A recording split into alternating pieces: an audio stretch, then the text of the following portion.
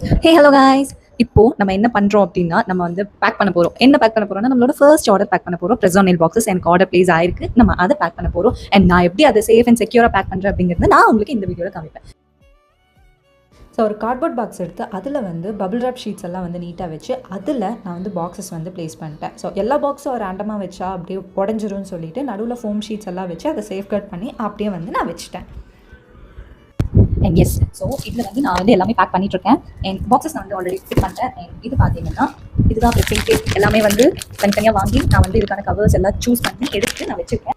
And இந்த prepping kit வந்து அப்படியே நான் மேலே வச்சு நான் வந்து சேஃப்கார்ட் பண்ணுறேன். அண்ட் அதில் வச்சுட்டு ஃபுல்லாமே வந்து வச்சக்கப்புறம் நான் மறுபடியும் வந்து பபிள் ராப் ஷீட்டை வந்து வெளியில் இருக்கிறத எடுத்து உள்ளே ஃபோல்டு பண்ணி நான் வந்து இன்னுமே சேஃப்கார்ட் பண்ணிட்டேன். அண்ட் அப்போ தான் வந்து அது செக்யூர்டாக இருக்கும். நல்லா டைட்டாக பேக் பண்ணால் தான் கரெக்டாக இருக்கும் அப்படின்னு சொல்லிட்டு நான் அப்படியே வந்து பேக் பண்ணிட்டேன்.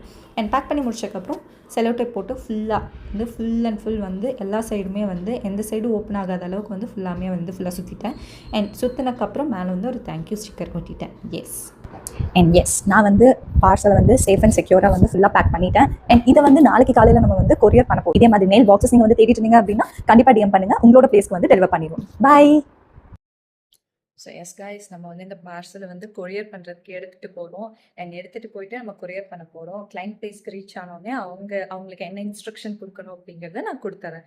அண்ட் எஸ், இப்போ நம்ம இந்த பார்சல் எடுத்துகிட்டு கொரியர் ஆஃபீஸ் போனவாங்க. And yes, courier office reach ஆகிட்டு அவங்களுக்கு வந்து அட்ரஸ் எல்லாமே கொடுத்து நான் வந்து